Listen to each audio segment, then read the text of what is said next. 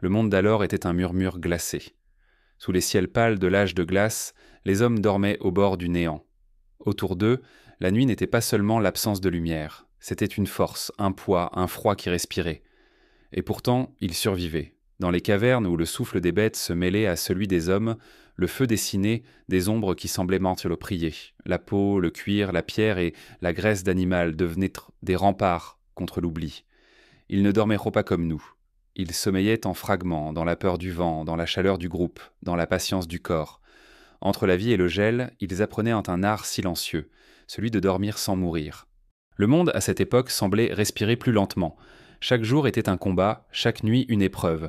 Le soleil s'attardait rarement au-dessus des plaines gelées, et quand il disparaissait, il laissait derrière lui un silence presque sacré. L'obscurité n'était pas seulement absence de lumière, elle avait une densité, une texture. Elle s'infiltrait dans les eaux, elle étouffait le souffle. Et pourtant, quelque part au fond d'une caverne, des hommes dormaient rang. Leur sommeil n'était pas doux, il n'était ni long ni continu. C'était une succession d'éveils et de replis, une danse entre la conscience et la torpeur. Ils fermèrent les yeux tout en écoutant le vent siffler à travers les fissures de la pierre, tout en guettant les grognements des bêtes affamées. Dormir, c'était faire confiance à la nuit, et cela demandait un courage silencieux. Dans ces âges lointains, la chaleur était rare. L'air mordait la peau jusqu'à la brûlure, et le souffle se figeait en poussière blanche. Pourtant, les hommes avaient appris à parler la langue du froid. Ils savaient où creuser la terre pour y trouver un abri plus doux, ou placer le feu pour que sa chaleur dure le plus longtemps possible.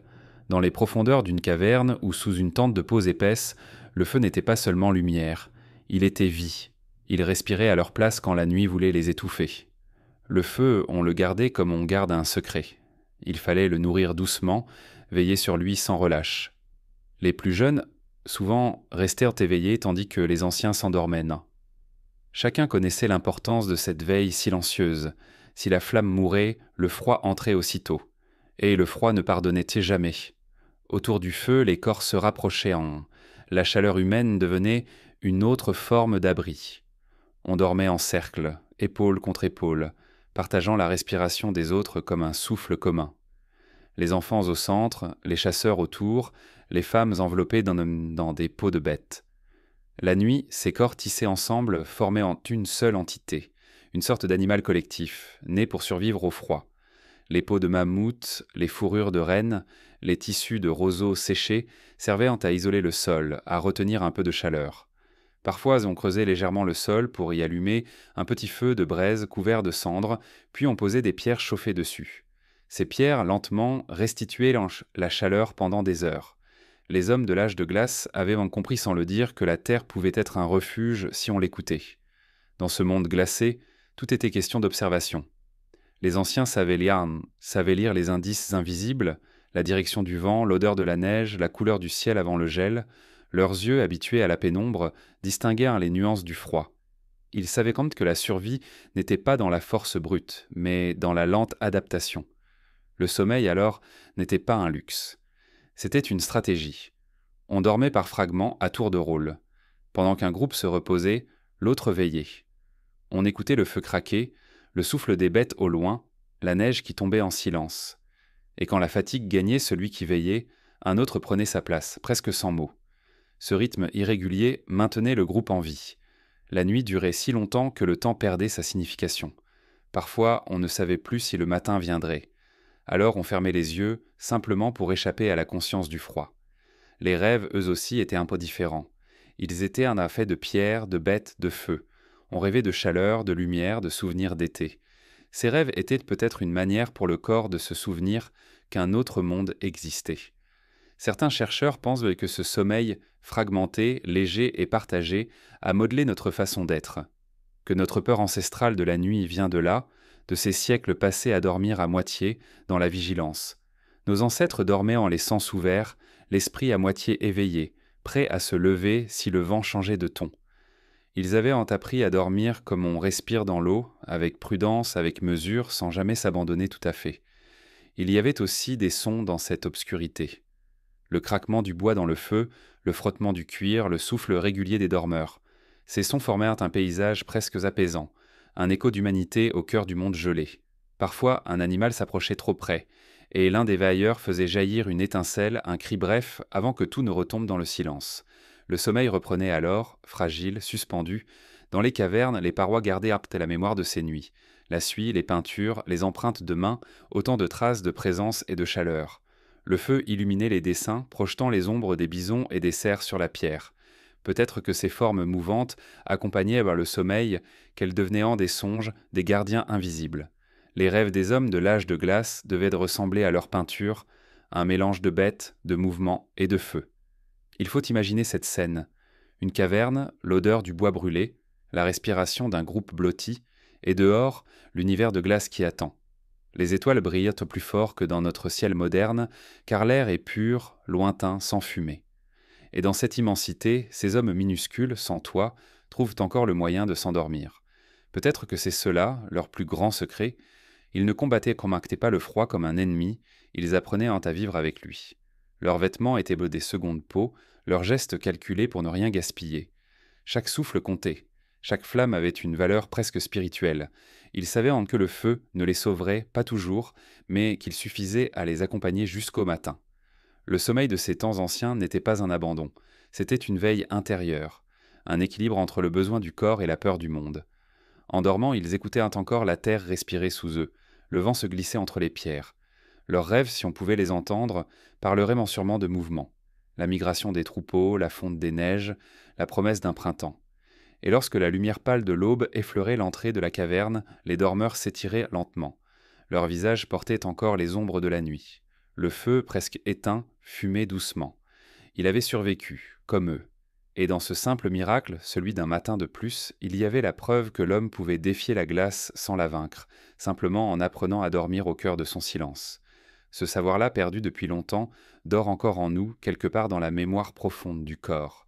Dans ce moment où, la nuit entre deux souffles, nous sentons la présence d'un froid ancien, d'une vigilance qui ne s'éteint jamais.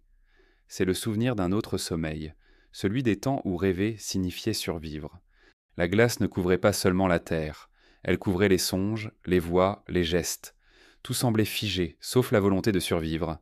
L'être humain, frêle créature de chair, apprit à creuser le monde comme on cherche une vérité enfouie. Sous la peau du vent et de la pierre, il découvrit des abris, des replis, des ventres de terre où la nuit devenait moins cruelle. C'est là, entre le feu et la roche, qu'il apprit à dormir sans mourir. Les refuges de l'âge de glace n'étaient pas de simples abris. Ils étaient une extension du corps, une membrane entre l'homme et l'univers glacial. Certains étaient des grottes profondes, modelées par l'eau il y a des millénaires, dont les parois suintaient d'humidité et de silence. D'autres étaient des tentes façonnées de bois, d'os et de peaux épaisses, montées au creux d'une vallée, là où le vent soufflait moins fort. Chaque lieu était un pacte avec la nature, un espace arraché à la mort, un souffle de chaleur sous le givre éternel. Les grottes étaient vivantes, elles murmuraient. Les gouttes d'eau tombaient avec une régularité hypnotique, comme un battement de cœur lointain. Les flammes dansaient en tirant sur les murs, révélant des peintures, des signes, des silhouettes animales. Ces formes, éclairées par le feu, semblaient bouger, respirer. Pour ceux qui s'endormaient à leurs pieds, elles n'étaient pas seulement des images. Elles étaient des présences, des esprits silencieux qui veillaient pendant que le monde dormait. L'homme des glaces comprenait instinctivement que la pierre pouvait protéger. Le sol, isolé de l'air par des couches de feuillage, de paille ou de peau, gardait un peu de chaleur. Les parois, épaisses, empêchaient le vent de s'infiltrer. Dans les endroits les plus profonds, la température restait presque constante, même lorsque le monde extérieur était plongé dans le gel absolu. Là, entre la roche et la flamme, l'humanité trouvait une forme de paix primitive. Mais toutes les terres n'offraient pas de cavernes. Alors les hommes inventèrent. Ils dressèrent des structures fragiles, faites de défenses de mammouths et de branches tordues qu'ils recouvraient de peaux cousues. Ces tentes n'étaient pas seulement des abris portables, elles étaient des symboles de leur intelligence. On y entrait comme on entre dans le ventre d'un être vivant. À l'intérieur, le feu brûlait au centre, la fumée s'échappait par une ouverture minuscule, et l'air y était tiède, presque doux. Chaque détail comptait. On disposait les lirons de peau autour du feu, en cercle, pour que la chaleur se diffuse également. On fermait les ouvertures avec des pierres et des os, on tassait la neige contre les parois pour en faire une barrière. La neige, paradoxalement, isolait du froid. Elle enfermait la chaleur du feu et du souffle humain, transformant la tente en cocon. L'homme, en observant les animaux, avait compris cela. L'ours, le renard, le loup savait que la chaleur ne venait pas de l'air, mais du corps qu'on protège. Le soir, avant de dormir, le groupe s'organisait. Certains veillaient, d'autres s'allongeaient serrés les uns contre les autres. Les enfants s'endormaient les premiers, bercés par le crépitement du feu. Les adultes gardaient l'œil ouvert un peu plus longtemps, leurs silhouettes projetées en ombre mouvante sur les parois de la tente. Le sommeil arrivait lentement, comme une brume. Dans ces abris de fortune, chaque respiration, chaque craquement de bois prenait une importance démesurée. Le moindre bruit pouvait annoncer la mort ou simplement le vent.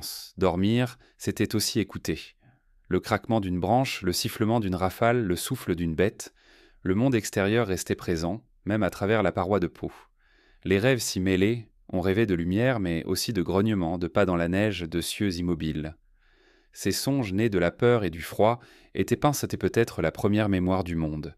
Sous la peau du monde, les abris devenaient sentables le mets des sanctuaires. On y déposait des outils, des eaux polies, des pigments. Les traces retrouvées aujourd'hui montrent une étrange délicatesse. Les hommes ne vivaient pas seulement pour survivre. Ils décoraient dans leur refuge gravément des signes, peignaient des symboles. Peut-être cherchaient-ils à donner un sens à la nuit, à cette longue attente entre deux chasses, entre deux saisons. Le sommeil, là-dedans, devenait un rituel. On s'enveloppait dans des peaux, on se tournait vers le feu, on fermait les yeux en confiant au monde le soin de ne pas s'effondrer pendant qu'on rêvait. Les abris de pierre et de peau étaient comme des cœurs battants dans un corps gelé. Quand la tempête soufflait dehors, on entendait le hurlement du vent comme une bête invisible cherchant à entrer. Dedans, la chaleur vibrait. Le feu crépitait, projetant sur les visages des lueurs tremblantes. L'air sentait la fumée, la graisse brûlée, la laine humide. Le froid ne disparaissait jamais vraiment. Il restait dans l'air, tapi dans les coins, patient.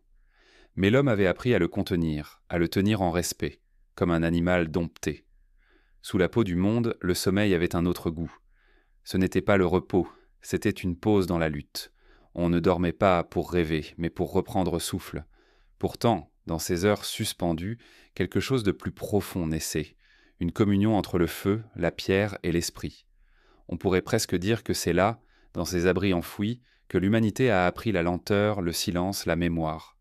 Les veilleurs, eux, connaissaient intimement la nuit, ils observaient voir les flammes baisser, les braises rougir, la respiration des dormeurs s'apaiser.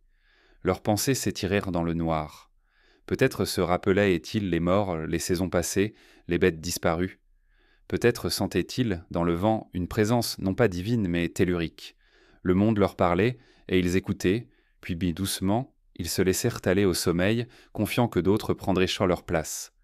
Ainsi se déroulait la vie sous la peau du monde, en cycle, en veille, en murmure. Chaque abri, chaque feu, chaque souffle devenait un lien entre les hommes et la terre.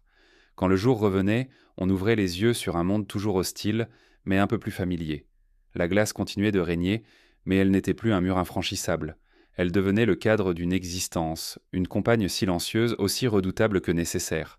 Peut-être que le vrai miracle de ces nuits-là n'était pas la chaleur du feu, mais celle du lien. L'humain, isolé, aurait gelé en quelques heures. Ensemble, ils formaient une communauté de chaleur, un organisme collectif où chaque souffle comptait. Ils avaient compris que survivre signifiait partager. Sous la peau du monde, l'individu s'effaçait. Il ne restait que le groupe, un corps unique battant au rythme du feu. Et quand le vent faiblissait, quand l'aube grise perçait enfin la neige, ils sortaient lentement. Leurs yeux, habitués à la pénombre, plissaient face à la lumière. Autour d'eux, le monde semblait encore endormi. La glace craquait, le givre se détachait des branches. Ils respiraient d'eau profondément, humant l'air coupant, comme pour se souvenir qu'ils étaient encore vivants. Sous la peau du monde, ils avaient retrouvé plus qu'un abri. Ils avaient retrouvé le premier foyer. Et dans ce foyer, une idée naissait lentement, que la chaleur pouvait être créée, protégée, transmise. C'est là que commençait vraiment l'histoire humaine, non pas dans la conquête, mais dans la préservation du feu, dans le fragile équilibre entre la vie et le froid. C'est de ce silence, de ces refuges cachés dans la pierre et la neige, que viendront plus tard les villages, les maisons, les cités. Mais au commencement, il n'y avait que cela. Une poignée d'êtres endormis, blottis contre la terre, respirant à l'unisson. Leurs rêves, invisibles, flottaient encore dans l'air. et si l'on tend l'oreille, très loin sous la peau du monde, on peut presque les entendre dormir. Dans la nuit glaciale, le feu n'était pas seulement une invention, c'était une présence, une lumière minuscule, dressée contre l'immensité de la mort. Il battait au centre des abris comme un cœur rouge et patient. Sans lui, rien n'aurait survécu, ni les corps, ni les rêves, ni même la mémoire des jours passés. Car dans l'âge de glace, la chaleur n'était pas une simple sensation, mais une foi. Le feu avait son langage. Il fallait savoir l'écouter, le nourrir sans le brusquer. Trop de bois, il s'étouffait. Trop peu, il mourait. Son souffle dépendait des gestes précis, appris par l'observation et la perte. Les anciens transmettaient ce savoir comme une prière silencieuse. On n'apprenait pas à faire du feu, on apprenait à le comprendre.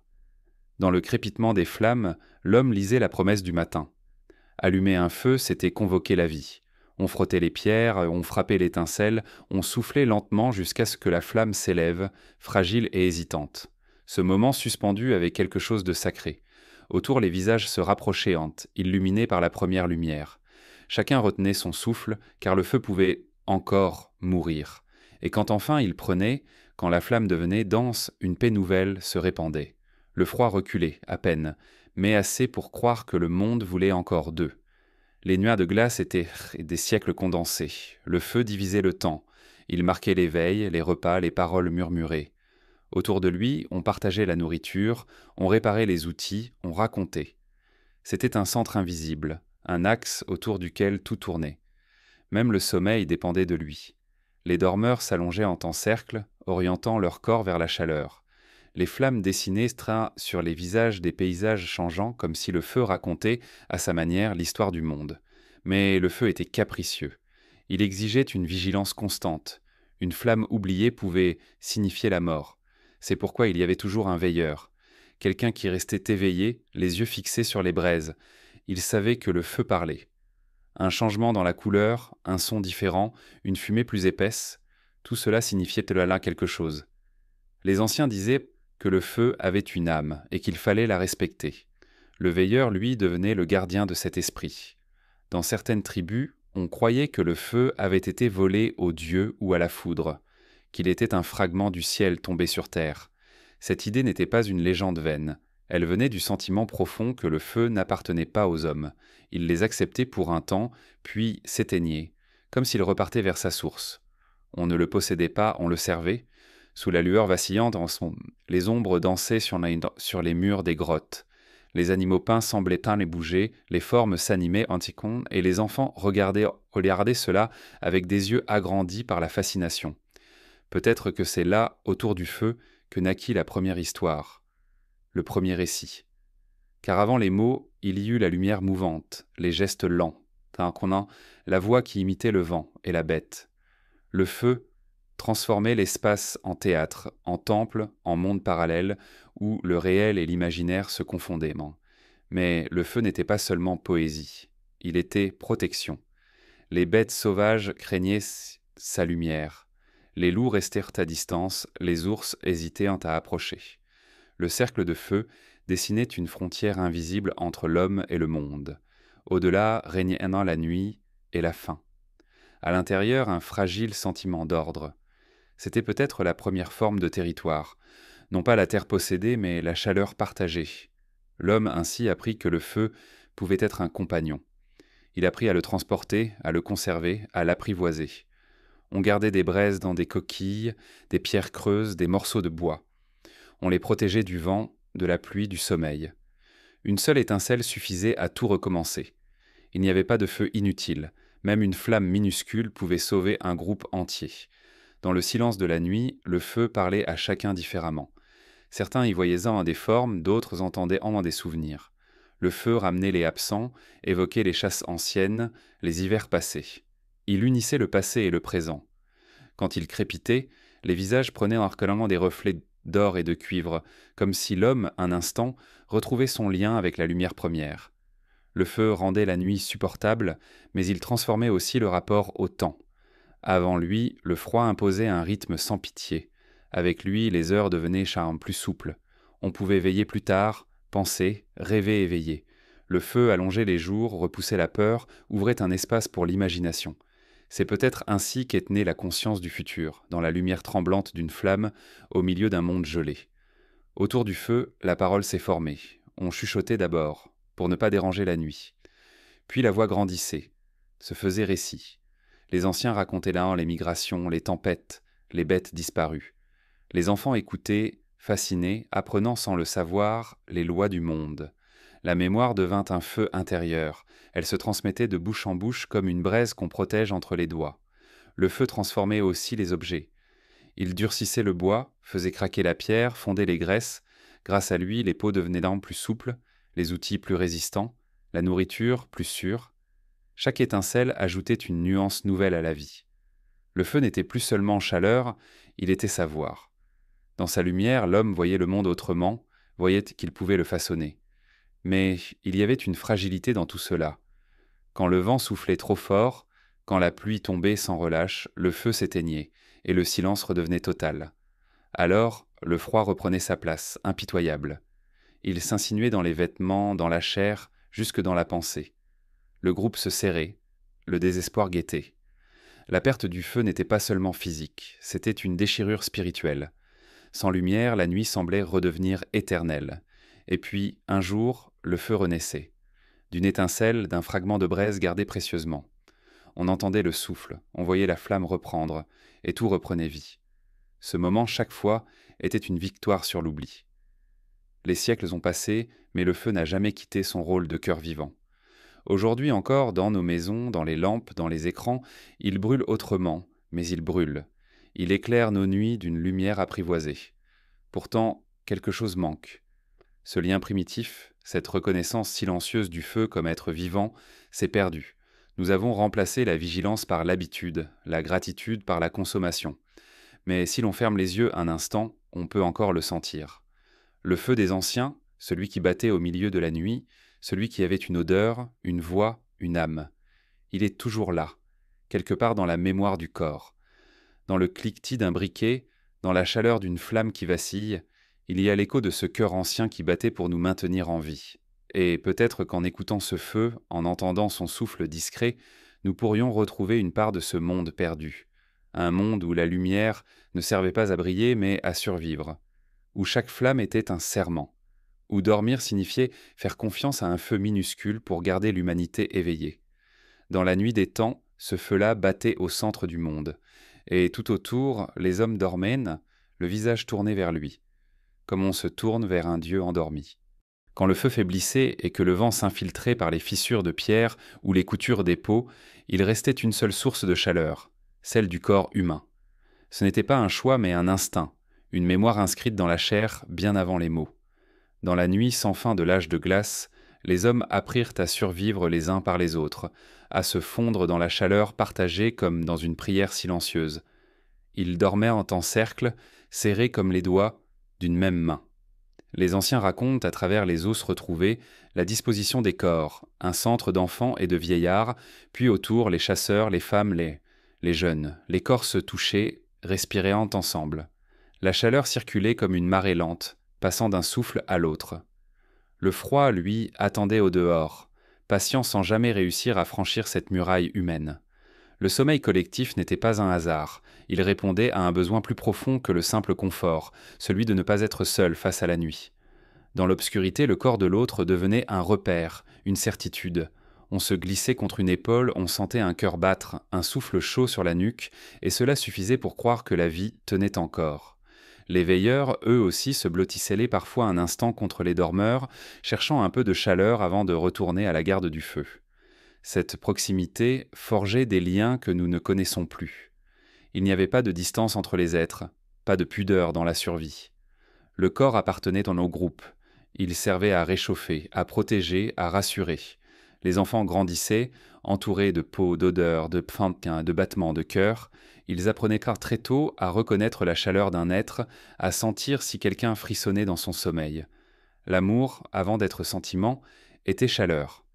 Les nuits les plus dures, quand la neige s'amoncelait jusqu'à la gorge de la caverne, le feu seul ne suffisait plus. On se couchait les uns contre les autres, formant une masse vivante, une bête aux 1000 souffles. Les hommes et les femmes se mêlaient sans distinction. Le froid effaçait toute hiérarchie. Dans ces moments, il n'y avait ni chef, ni chasseur, ni mère, ni enfant. Seulement la chaleur à préserver, ce souffle collectif qui tenait lieu de Dieu. Parfois, les animaux partageaient en cet espace. Les chiens primitifs, les loups apprivoisés, les chèvres capturées pour leur lait.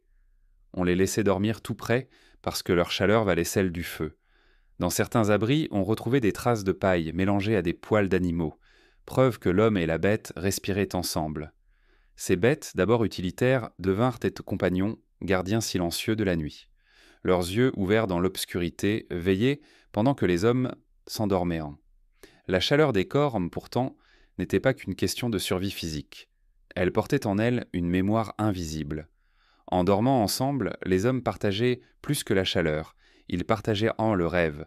Les rythmes du sommeil se synchronisaient, les respirations se mêlaient, les corps vibraient au même tempo. C'était une sorte de respiration commune, un poulet collectif battant sous la voûte de la nuit. Peut-être que c'est là, dans ce sommeil partagé, qu'est née la première forme de communauté humaine, un sentiment d'unité, d'appartenance, d'interdépendance absolue. Dans ce cercle vivant, il y avait aussi la tendresse, discrète, presque animale. Un geste de protection, un bras posé sur une épaule, un enfant tiré contre un ventre chaud.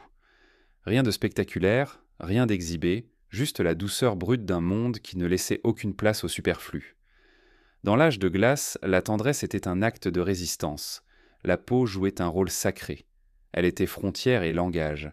On la couvrait de graisse animale, de cendres, de suie, pour qu'elle retienne la chaleur et repousse le vent. Sous ces couches, la peau gardait la mémoire du froid, mais aussi celle du contact. Chaque étreinte devenait un acte de survie, chaque toucher une promesse silencieuse. « Je te garde en vie, tu me gardes en vie. » Certains soirs, quand la tempête s'abattait sur les abris, on ne dormait plus. On restait blotti, serré, écoutant les hurlements du vent qui frappait les parois. Le feu, chancelant, projetait des ombres vacillantes sur les thermidines sur les visages. Les souffles se faisaient à mi-cours. Dans ces instants, la chaleur des corps était la seule frontière entre la conscience et le néant. On fermait les yeux et on attendait que le monde se calme. Puis, petit à petit, le sommeil revenait, comme une marée lente. Les anciens savaient que cette chaleur était un don fragile. Elle devait être entretenue, comme le feu. Quand quelqu'un tombait malade ou s'affaiblissait, on le plaçait au centre du groupe, là où la chaleur était la plus dense. On veillait sur lui toute la nuit, le couvrant de peau, de bras, de silence. La maladie était affrontée par la chaleur collective, comme si le corps du groupe pouvait guérir celui d'un seul. La chaleur, dans ce monde de glace, n'était jamais un bien individuel. Elle circulait, se partageait, se transmettait. On apprenait à la conserver, à la donner. Les gestes simples, s'enrouler ensemble, se couvrir mutuellement, partager la peau la plus épaisse, devenaient sans des rituels. Et ces gestes, répétés pendant des millénaires, ont peut-être modelé notre manière d'aimer, notre besoin instinctif de contact. Le sommeil des corps serrés créait une sécurité qu'aucun abri ne pouvait égaler. Les prédateurs hésitaient à s'approcher, déroutés par cette masse mouvante d'odeurs et de sons. Le froid, lui, trouvait devant lui une muraille faite de chair, de chaleur et de volonté. L'homme, fragile individuellement, devenait invincible en groupe. Ce n'était pas la force qui le sauvait, mais la proximité. Au matin, quand le feu reprenait vigueur, le groupe se détachait lentement, comme un organisme qui s'étire après un long rêve. Les visages étaient marqués, les yeux encore mi-clos, mais un sourire passait parfois, ils avaient en survécu, ils avaient en tenu ensemble contre la nuit. Cette victoire muette, renouvelée chaque jour, fondait la mémoire collective. Dormir côte à côte devenait une manière d'appartenir au monde. Peut-être que c'est dans cette chaleur partagée que l'homme a découvert la première forme d'amour véritable, non pas celui du regard, mais celui du contact. Le sentiment que la vie ne tenait qu'à la proximité d'un autre être, que la chaleur d'un seul pouvait sauver tous les autres. C'est une vérité que nous avons oubliée, recouverte sous les couches de murs et de confort. Mais dans la chair, elle demeure, cette nostalgie du feu humain, de la respiration commune dans la nuit glacée. Aujourd'hui encore, lorsqu'un enfant s'endort contre le torse d'un parent, ou lorsqu'un couple se serre pour trouver le sommeil, c'est un écho de ce temps ancien. Le corps se souvient. Il sait que la chaleur est mémoire, que chaque contact prolonge une lignée de gestes vieux de 100 000 ans. Nous portons encore en nous la trace de ces nuits de glace, où le monde n'existait que par le souffle des autres. Et quand la solitude nous pèse, quand le silence devient trop vaste, c'est peut-être ce souvenir qui se réveille.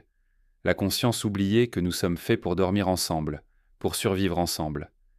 La chaleur du corps est le feu que nous avons emporté hors des cavernes, le seul que la glace n'a jamais pu éteindre. Dans la nuit de l'âge de glace, le feu battait au centre du campement. Mais le vrai miracle brûlait ailleurs, dans la chaleur invisible qui circulait entre les corps endormis. Cette chaleur n'avait pas de nom, pas de forme, mais elle était la première lumière humaine, celle qui ne s'éteignait jamais. Con la pogge. Sous les ciels immobiles de l'âge de glace, la peau humaine ne suffisait pas à retenir la vie. Le froid traversait la chair comme la lumière traverse l'eau. Alors, les hommes se sont tournés vers les corps des bêtes. Dans la mort animale, ils ont trouvé la survie. Peau, graisse et os, ces trois matières devinrent les fondations silencieuses de leur monde, les remparts contre l'oubli glacé. La chasse n'était pas seulement un acte de faim, mais un acte de transformation. Lorsqu'un mammouth tombait, ou un renne ou un bison, le groupe s'approchait dans un silence presque religieux. On savait que chaque partie du corps servirait, la chair pour la nourriture, les os pour les outils, la graisse pour le feu et la peau pour la chaleur. Rien n'était gaspillé, rien n'était profané. Le mort devenait abri, vêtement, lit. Les peaux tannées à la main avec des pierres et de la fumée étaient vivantes. Elles portèrent encore l'odeur du monde extérieur, la mémoire du vent, la rugosité de la bête. Les femmes les nettoyaient avec des éclats d'os, les assouplissaient avec de la graisse chauffée, les faisaient sécher sur des branches. Puis elles les cousaient patiemment, à l'aide d'aiguilles d'ivoire et de tendons. Chaque couture était un fil de survie. Les vêtements de peau n'étaient pas seulement des protections. Ils étaient la seconde peau du clan, une enveloppe commune contre le froid. La graisse, elle, était un feu invisible. On la recueillait dans des coquilles, des os creux, des cavités de pierre. On la mélangeait à des mèches de mousse ou d'écorce. Quand le feu manquait de bois, c'est elle qui le nourrissait. La graisse de bison ou de renne brûlait lentement, sans fumée, éclairant les murs des cavernes d'une lumière douce et dorée. Elle servait aussi à enduire les corps, à isoler la peau du vent et de la neige. L'odeur était forte, persistante, mais elle signifiait la vie. Les os, quant à eux, avaient dans mille usages. Ils devenaient aiguilles, épingles, manches, structures. Les hommes bâtissaient bientôt des abris entiers avec des défenses de mammouth dressées comme des arcs de pierre, recouvertes de peaux épaisses. Les os portaient le poids du monde. Ils étaient les colonnes de la maison primitive, la charpente du rêve humain.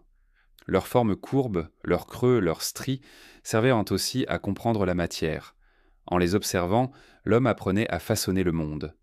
Dans les abris de l'âge de glace, tout respirait la matière animale. Les murs étaient tapissés de peau, le sol couvert de fourrure. On s'y asseyait, on y dormait, on y priait peut-être. Le feu faisait fondre lentement la graisse étalée sur la pierre, dégageant une chaleur constante, presque imperceptible. La nuit, cette odeur lourde emplissait les cavernes d'un sentiment étrange, une intimité avec le vivant, une proximité avec la mort. Car dans ce monde figé, la frontière entre les deux n'existait pas vraiment. Le corps de la bête et celui de l'homme appartenaient au même cycle. La peau, en protégeant, rappelait que d'autres avaient un froid avant eux. L'os, en soutenant, rappelait la fragilité de toute existence. Chaque objet portait une trace de cette conscience. Une tunique faite de peau cousue à la main n'était pas un vêtement, mais une prière. Un abri de mammouth n'était pas une maison, mais un pacte avec la terre. Les artisans du froid travaillaient lentement. Ils connaissaient les propriétés de chaque matériau. La peau de renne souple et chaude, celle du loup résistante au vent, celle du mammouth épaisse et presque impénétrable. Les os servaient aussi à orner, à marquer les appartenances, à rappeler les ancêtres. Sur certaines défenses, on a retrouvé des gravures fines, des spirales, des silhouettes des formes humaines. Même dans la survie, il restait de la beauté, un besoin inexplicable de graver le passage du temps. Les graisses conservées dans des pots d'argile ou des pierres creuses servaient aussi à adoucir les peaux, à soigner les blessures, à nourrir les lèvres fendues. Elles étaient la pharmacie, la lampe et le combustible. Elles brûlaient lentement, éclairant les visages d'une lumière vacillante, comme si la vie continuait à palpiter à travers elles. On pourrait croire que ces gestes étaient purement utilitaires, mais ils étaient empreints d'un rituel profond. L'homme de l'âge de glace savait qu'il devait son existence à la mort d'un autre être. Il ne prenait jamais sans donner. Avant d'endormir les enfants, certains groupes déposaient, près du feu, un morceau de graisse ou de viande, offrande aux esprits craints de la bête. Le monde entier fonctionnait ainsi. Échange, respect, survie partagée. Les lyres en fait de peau et d'os racontaient la même histoire. Sous les dormeurs, la terre était isolée par des couches successives. Herbes sèches, branchages, fourrures. La chaleur du corps se reflétait sur la peau, piégée entre les fibres. Le sol, ainsi, devenait tiède. L'homme allongé sentait la respiration du feu, la densité du cuir sous son dos, la vie qui persistait dans la matière. Il fermait les yeux, et le froid s'arrêtait là, à la limite de la peau. Les os chantéantes aussi. On les frappait l'un contre l'autre doucement pour marquer le temps, pour chasser le silence. Le son sec et clair se mêlait au crépitement du feu. Ces rythmes simples apaisèrent les enfants, occupés danser les veilles. Dans les grottes, le bruit résonnait longuement, comme une prière d'écho. Peut-être que la musique humaine est née ainsi, du dialogue entre l'os et la pierre, entre la mort et le souffle. Les peaux, graisses et os formaient un langage. Un vocabulaire de gestes qui liait le corps humain à celui des bêtes, la chaleur du feu à celle de la terre. Chaque morceau trouvé, chaque fibre tressée, chaque couture ajoutée racontait l'adaptation d'un être fragile à un monde sans pitié. C'était une écriture muette, patiente, qui s'étendait sur des millénaires. Le froid n'était plus un ennemi, mais un sculpteur. Il forçait les hommes à inventer, à comprendre la matière, à écouter les signes du monde. Dans ce dialogue constant, l'homme découvrit qu'il pouvait modeler la nature sans la dominer. Il la pliait à son besoin sans la briser. Et c'est peut-être là, dans cette lente conversation avec la glace, que naquit la première forme d'intelligence véritable, celle qui observe avant d'agir. Aujourd'hui, dans les musées, on retrouve ces peaux durcies, ces outils d'os polis, ces lampes taillées dans la graisse figée. Ils paraissent simples, presque insignifiants. Mais derrière chacun d'eux bat le cœur de l'humanité ancienne. Ces objets furent les premières technologies de chaleur, les premières œuvres de compassion envers soi-même. Les hommes de l'âge de glace dormaient enveloppés dans le monde. La peau des bêtes devenait leur ciel, leur mur, leur drap. La graisse leur offrait la lumière, les os soutenaient leur abri. Chaque nuit, ils renaissaient dans cette matrice de matière et de feu, conscients que leur survie dépendait d'un équilibre fragile. Ils dormaient avec la certitude d'avoir apprivoisé le froid sans jamais le vaincre, de vivre en paix dans son ombre. Peau, graisse et eau, 3 mots simples, 3 miracles silencieux. C'est à travers eux que le corps humain s'est prolongé, qu'il a trouvé refuge dans ce que la nature lui offrait. Sous la voûte glacée du ciel, ces matières portaient la mémoire du vivant, la chaleur de la terre, la promesse du lendemain. Et lorsque la nuit s'étirait, que le vent reprenait sa plainte, les hommes s'enroulaient dans leur peau, refermant les yeux, et laissaient le feu s'éteindre doucement. La chaleur restait, tapie entre la graisse et le cuir, entre la chair et la pierre. C'était un autre souffle, discret mais infini, celui de la matière qui, depuis toujours, veille sur le sommeil des hommes. Dans l'obscurité glaciale, les hommes n'étaient jamais seuls. Autour d'eux, dans la neige, dans la forêt muette, d'autres êtres respiraient. Leurs yeux brillèrent dans la nuit, leurs traces dessinaient des chemins secrets sur le givre. L'homme les craignait, les chassait mais aussi les observait, les imitait. Peu à peu, entre les bêtes et les hommes, naquit une relation étrange, faite de distance et de dépendance, de sang versé et de chaleur partagée. Les animaux furent d'abord des ombres. Leurs cris fendaient dans la nuit, leurs pas faisaient trembler la terre, leurs souffles lourds et lents rappelèrent à l'homme sa propre fragilité. Chaque bête représentait une forme de puissance, un fragment du monde que l'homme ne contrôlait pas. Et pourtant, c'est de ces êtres redoutés que vint la survie. Leur peau réchauffait, leur graisse nourrissait, leurs os construisaient les refuges. Sans eux, l'humanité aurait été effacée par le vent. Mais au-delà de la chasse, quelque chose d'autre s'installa, une compréhension silencieuse. Les hommes virant dans les bêtes un savoir ancien. Ils observèrent leurs gestes, leurs abris, leurs migrations. Le renard qui creusait la neige pour dormir, l'ours qui s'enveloppait dans sa tanière, le bison qui se couchait en cercle pour protéger les petits. Tout cela devenait enseignement. Le monde animal montrait comment survivre au froid, comment s'unir contre l'hiver. L'homme écoutait sans mots et apprenait. Certains animaux furent ennemis, d'autres compagnons. Le loup, d'abord craint, devint un miroir. Ces meutes ressemblaient au clan humain, solidaires, attentives, guidées par les plus forts. On dit que les hommes de l'âge de glace apprivoisèrent certains d'entre eux, qu'ils partagèrent la chaleur du feu et des restes. Le loup, attiré par la viande et la lumière, s'approcha. L'homme, épuisé par la solitude, tendit la main. Dans cette rencontre, il y eut quelque chose d'inédit. La première alliance entre espèces. Au début, c'était la méfiance. Le loup dormait à distance, dans l'ombre du feu. Mais peu à peu, il se rapprocha. Il garda la nuit, écouta les bruits avant les hommes, grogna avant qu'ils n'entendent. L'homme comprit qu'il ne s'agissait plus d'un prédateur, mais d'un veilleur. Il partagea un morceau de viande, un geste, un regard. Le lien se forma, fragile mais durable. Et de cette union silencieuse naquit un nouvel être. Le chien, ce compagnon du froid, né de la peur et de la confiance mêlée. D'autres bêtes suivirent, moins proches mais tout aussi essentielles. Les rennes, les chevaux sauvages, les mammouths. Certains furent chassés jusqu'à l'extinction. D'autres observés avec respect. L'homme savait que sans eux, il n'y aurait ni chaleur, ni outils, ni feu. Les troupeaux, lorsqu'ils passèrent dans la neige, étaient tenus comme des fleuves vivants. Leurs pas faisaient vibrer la terre, leur souffle se mêlait à celui du vent. Les chasseurs les suivaient, non seulement pour survivre, mais pour appartenir à ce mouvement. La chasse, à cette époque, n'était pas un simple acte de violence. C'était un dialogue. Avant de frapper, on regardait longuement la bête, on apprenait sa course, son regard, sa peur. Chaque animal abattu devenait une histoire racontée autour du feu, un souvenir gravé dans la pierre. On remerciait la proie, parfois en déposant un os ou une corne sur un autel improvisé. Dans certains abris, on retrouve encore ces offrandes, comme si l'homme voulait s'excuser de son propre besoin. La nuit, le souffle des bêtes se mêlait à celui des hommes. Dans les abris, on dormait parfois tout près d'elles.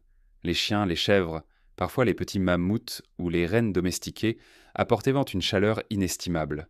Leur corps massif respirait une chaleur constante, et cette chaleur remplissait la caverne comme un feu invisible. Les dormeurs s'endormaient au rythme lent de ces respirations animales, et dans ce souffle partagé, quelque chose d'inconscient s'unissait. L'homme rêvait des bêtes, et les bêtes rêvaient peut-être de l'homme. Dans ces rêves le meurtrentré, le monde cessait d'être séparé. L'humain et l'animal vivaient dans un même espace, une même matière. Les peintures des grottes en sont la preuve. Sur les murs, les damnants, les bisons, les chevaux, les lions, les ours dansent dans la lumière des torches. Ils ne sont pas seulement des représentations, ils sont des présences. L'homme peignait ce qu'il connaissait, mais aussi ce qu'il respectait, ce qu'il craignait, ce qu'il aimait. Chaque trait de charbon sur la pierre était une invocation, une reconnaissance du lien invisible qui unissait toutes les formes de vie. Les enfants grandissaient dans cette proximité. Ils apprenaient à reconnaître le cri du corbeau, le pas du renne, la trace du loup. Ces signes étaient dans leur alphabet. Ils savaient que chaque son, chaque empreinte signifiait quelque chose, une tempête qui approche, un troupeau en migration, une proie blessée. Le monde animal était leur premier livre. Et dans ce livre, ils lisaient aussi leur propre fragilité. Les femmes, souvent, avaient une relation plus douce avec les bêtes. Elles s'occupaient de brûler des petits animaux capturés, nourrissaient les jeunes loups ou les oiseaux tombés du nid. Dans cette attention silencieuse naissait une compréhension profonde. Elles savaient que la vie était circulaire, que ce qui nourrit aujourd'hui peut protéger demain. Le respect n'excluait pas la chasse, mais il la rendait consciente, presque rituelle. Les os gravés retrouvés dans la terre racontent ces liens anciens. On y voit des formes animales tracées avec une précision tendre, des têtes de chevaux, des silhouettes de rennes, des yeux de loup. Ces images n'étaient pas décoratives, elles étaient en mémoire. L'homme savait que sans les bêtes, il ne serait rien. Il leur donnait donc un visage éternel, une place dans la pierre, un lieu dans le rêve. Le froid, dans tout cela, jouait son rôle d'intermédiaire. Il obligeait les êtres vivants à se rapprocher. Les bêtes s'abritaient là dans les forêts, les hommes dans les grottes, mais leurs chemins se croisaient toujours. Parfois, les traces d'un ours menaient à un abri où l'homme venait dormir après lui. L'empreinte du premier devenait la protection du second. Il y avait une sorte de dialogue muet entre les vivants. Tu dors ici, j'y dormirai demain. Le monde appartenait à tous, le froid le rendait commun. Dans certaines légendes anciennes, transmises plus tard par les peuples du Nord, on dit que les hommes descendaient des loups ou des rennes, que leurs ancêtres portaient encore des sabots ou des crocs. Ces mythes ne sont pas des mensonges, mais des souvenirs symboliques. Ils disent cette proximité ancienne, cette parenté enfouie. L'homme, au cœur de la glace, ne se croyait pas maître du monde. Il se savait partie du troupeau, membre d'une grande respiration commune. Au matin, quand la lumière grise perçait la neige, les hommes sortaient de leurs abris. Leurs traces se mêlaient à celles des bêtes. On ne distinguait plus les empreintes humaines des pattes d'animaux. Pendant un instant, il n'y avait plus de frontières. Le vent effaçait tout. Et ce qui restait, c'était la même lutte silencieuse contre le froid, la même obstination à vivre. Cette alliance ancienne entre les bêtes et les hommes a façonné notre mémoire. Elle dort encore en nous, dans la peur du vent, dans le regard qu'on pose sur un animal. Ce sentiment d'étrange familiarité vient de là, de cette époque où la survie dépendait de la chaleur d'un autre être vivant. Le chien au pied du lit, le chat roulé sur un coussin, ne sont que les héritiers d'un pacte millénaire, celui de la chaleur partagée, du sommeil commun contre la nuit. Et peut-être qu'au fond, dans le silence de la chambre moderne, quand le monde s'endort et qu'un souffle animal se mêle au nôtre, quelque chose de très ancien revient. Ce souvenir d'un temps où la glace régnait, mais où la vie obstinée se transmettait d'un cœur à un autre, d'un souffle humain à un souffle de bête. Les bêtes et les hommes ne faisaient entrer qu'un dans la neige. Leurs destins s'entrelaçaient, leurs rêves se confondaient. Ensemble, ils apprenèrent à survivre, non pas contre le froid, mais avec lui. Et dans la chaleur partagée de leur nuit, au fond des grottes et des tentes de peau, naquit une vérité qui n'a jamais disparu. Nul être ne survit seul. Quand la nuit se posait sur les plaines gelées, le monde entier semblait s'endormir avec les hommes. Le vent se calmait, la neige cessait de tomber, et le silence devenait si profond qu'on aurait pu croire la terre morte. C'est dans ce silence que naissaient les rêves, non pas les nôtres, rapides et agités, mais des rêves lourds, anciens, tissés de froid et de lumière. Les hommes de l'âge de glace ne rêvaient pas comme nous. Leurs songes étaient faits de pierre, de feu, de bêtes. Ils appartenaient à une réalité plus vaste, où la frontière entre le monde et l'esprit s'effaçait. Le sommeil, alors, n'était jamais un abandon complet. On s'endormait à moitié, les sens encore éveillés, guettant les craquements du bois ou le souffle du vent. Pourtant, dans ces instants suspendus, l'esprit s'éloignait doucement. Il entrait dans un espace étrange, où les bruits du feu devenaient des voix, où les ombres sur les murs prenaient une vie. Les rêves de glace n'étaient pas des fuites, ils étaient des rencontres. Dans les profondeurs du sommeil, l'homme retrouvait les bêtes qu'il chassait le jour. Elles apparaissaient, gigantesques et lentes, marchant dans une neige sans fin. Le chasseur les suivait sans peur. Parfois, s'il devenait l'une d'elles. Il sentait sous sa peau le poids de la fourrure, la force tranquille du souffle animal. Ce n'était pas un cauchemar, mais une communion. Dans le rêve, il comprenait la bête, son rythme, sa fatigue. Il voyait le monde à travers ses yeux. Et au réveil, il savait mieux la traquer, mieux la respecter. Les anciens disaient penser que les rêves étaient des messages, des passages entre le monde des vivants et celui des esprits. Dans la nuit glacée, quand le feu faiblissait, certains murmuraient aux braises avant de s'endormir, comme pour confier à la flamme leurs pensées. Ils espéraient montrer que le rêve leur répondrait, et souvent ils le faisaient. Dans les visions, un animal apparaissait, une montagne, un visage disparu. Ce n'était pas un hasard. Le rêve guidait, avertissait, consolait. Sous la glace, le monde semblait figé. Mais l'esprit, lui, voyageait. Les hommes rêvaient d'endroits qu'ils n'avaient jamais vus. Des mers sans glace, des forêts pleines de feuilles, des ciels plus doux. Peut-être étaient-ce des souvenirs d'un temps plus chaud, transmis par la mémoire du sang. Peut-être que le corps, même dans le froid, se souvenait du soleil. Ces rêves de chaleur, d'eau et de vent doux étaient des refuges intérieurs. Ils permettaient de supporter la longue nuit. Il y avait aussi des rêves partagés. Quand on dormait en cercle, serrés les uns contre les autres, les respirations se mêlaient, les rythmes s'unissaient. Certains disaient que les rêves aussi se rejoignaient, qu'une même image pouvait traverser plusieurs dormeurs à la fois. Un troupeau de bisons, une tempête, un feu. Le clan rêvait d'ensemble, comme un seul être. Ces rêves collectifs renforçaient les liens invisibles entre eux. Ils donnaient le sentiment que la vie, fragile, était tissée d'une conscience commune. Les enfants, eux, rêvaient autrement. Leur monde intérieur n'était pas encore séparé de la réalité. Ils parlaient parfois au réveil de bêtes qui leur avaient parlé, de feux qui chantaient, de montagnes qui marchaient. Les anciens les écoutaient sans moquerie. Pour eux, les enfants étaient le plus proches du monde des esprits, plus aptes à percevoir les signes. Leurs rêves étaient des présages. On les respectait, on les interprétait. Ainsi, même dans la rudesse du froid, l'enfance était un territoire sacré. Le rêve servait aussi à apaiser la peur. Les nuits d'hiver pouvaient durer des jours entiers, sans fin visible.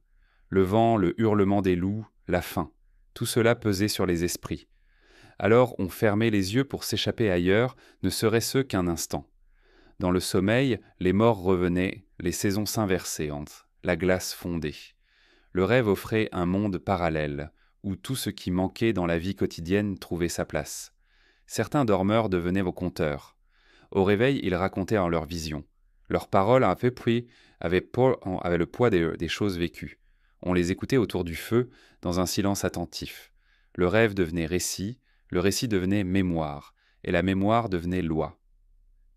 Ces paroles guidaient le groupe, donnaient du sens au chaos de la nature. Elles disaient en tout chasser, quand migrer, quand se reposer. Le rêve, en ce sens, était une forme de connaissance, une carte invisible tracée dans la neige du sommeil. Dans certaines grottes, on retrouve des peintures étranges, des formes humaines mêlées à des animaux, des silhouettes hybrides aux yeux ouverts. Les archéologues y voient des symboles, des mythes, mais peut-être étaient-ce des visions de rêve. Les hommes peignaient ce qu'ils avaient vu entre deux souffles dans la frontière entre la veille et le sommeil. Ces images racontent la fusion des mondes, la porosité du réel et de l'invisible. Le froid, paradoxalement, favorisait ces voyages intérieurs. Le corps engourdi se faisait plus léger. La respiration devenait lente, presque imperceptible. Le feu projetait sur les paupières closes des éclats rouges et dansants. Le dormeur flottait entre la conscience et l'oubli. C'est là, dans cet entre-deux, que les rêves de glace prenaient rang et forme. Ils n'étaient vraiment pas chauds ni lumineux. Ils étaient en clair, comme les reflets d'un lac gelé. Des images précises, immobiles, gravées dans le silence. Certains rêves revenaient chaque hiver. Un même animal, une même montagne, un même cri. Ces répétitions n'étaient pas redoutées. Elles étaient comprises comme des visites. Les esprits du froid, disait Trantil, revenaient toujours. Il fallait les écouter, pas les fuir. Ainsi, le rêve devenait un compagnon du froid, une manière d'apprivoiser la peur en lui donnant une forme. On dit parfois que l'humanité moderne a oublié comment rêver, que nos nuits sont pleines d'images sans profondeur, de bruits sans mémoire. Mais dans les temps de glace, le rêve était une nécessité, un souffle aussi vital que la chaleur. Il reliait les hommes à ce qu'ils ne pouvaient expliquer. Il leur rappelait que la survie ne dépendait pas seulement du feu ou des abris, mais aussi de la capacité à imaginer.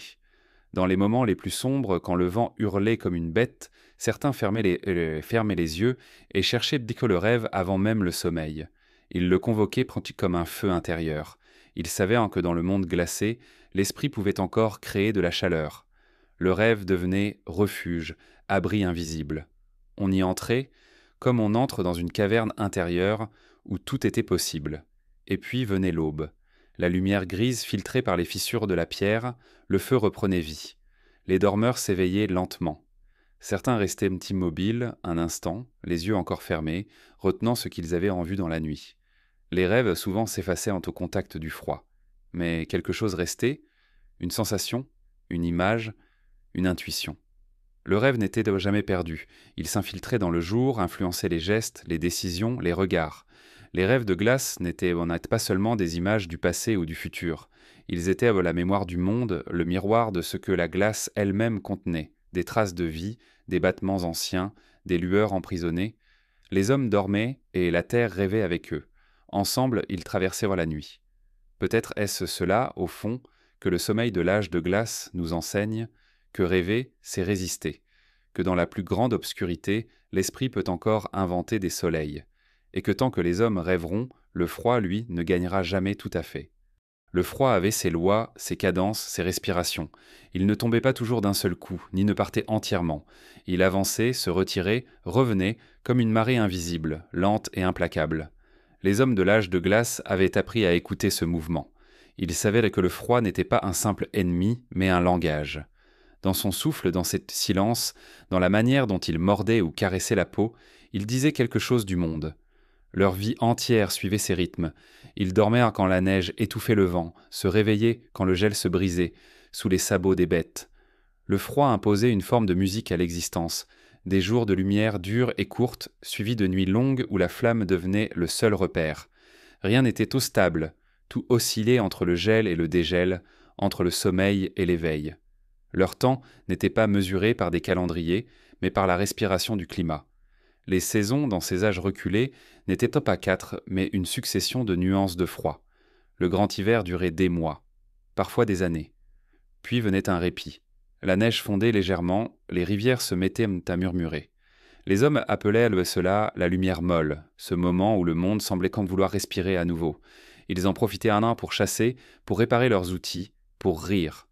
Puis, sans prévenir, le froid revenait, plus âpre encore, comme pour rappeler que toute douceur n'était aucun prêt accordé par la terre. Le froid façonnait les gestes.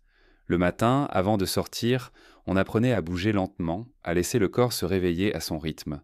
Trop de mouvement et la chaleur s'échappait d'un coup. Trop peu et le sang se figeait.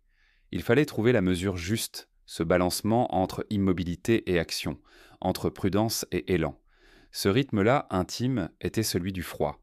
Ne rien brusquer, ne rien gaspiller, écouter avant d'agir. La lumière dans ce monde gelé était un autre instrument du temps. Le soleil, bas et pâle, traversait le ciel sans jamais s'imposer. Il projetait des ombres longues, presque infinies, qui faisaient en du jour une forme de crépuscule prolongé. Les hommes s'y habituaient.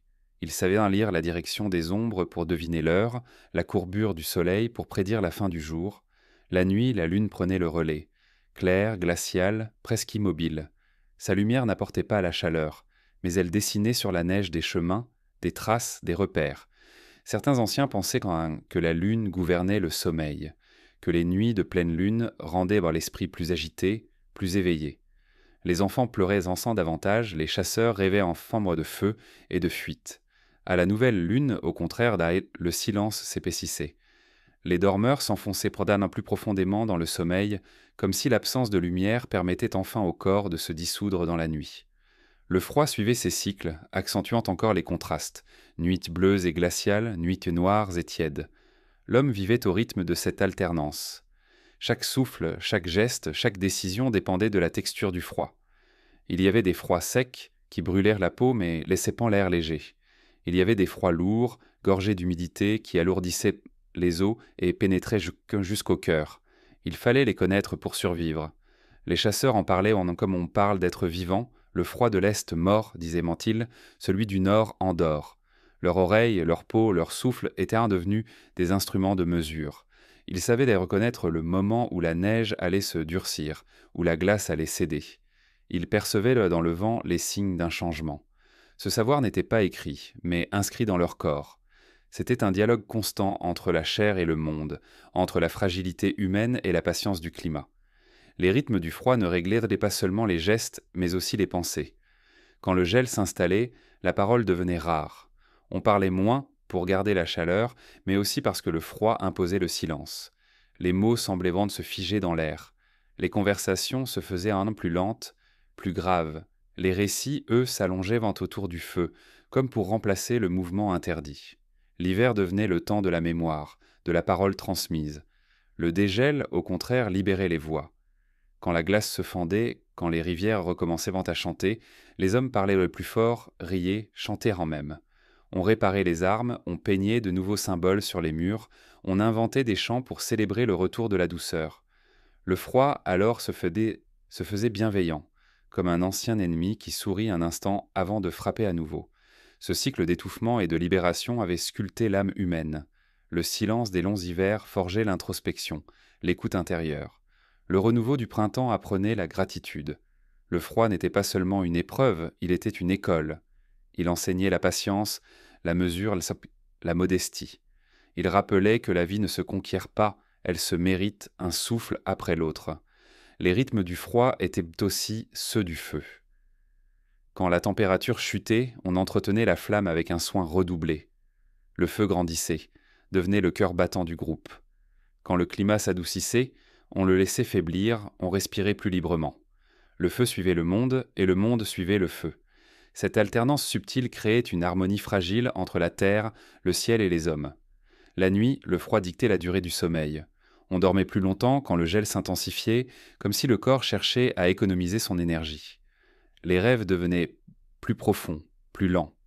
Le froid, paradoxalement, ralentissait le temps intérieur, permettant à l'esprit de se replier vers le dedans.